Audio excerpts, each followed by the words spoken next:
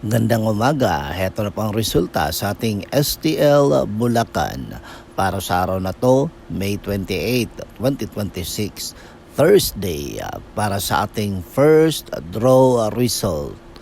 Maghanda na kayo at ilabas na mga STL tickets dahil heto na ang resulta ngayong umaga.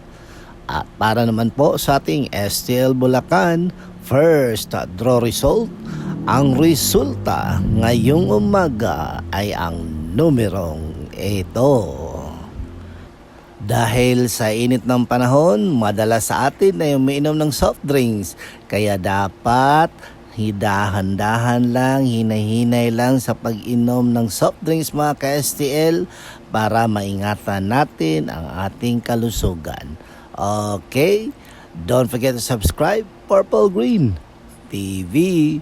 Paki-like, share at comment po. Thank you!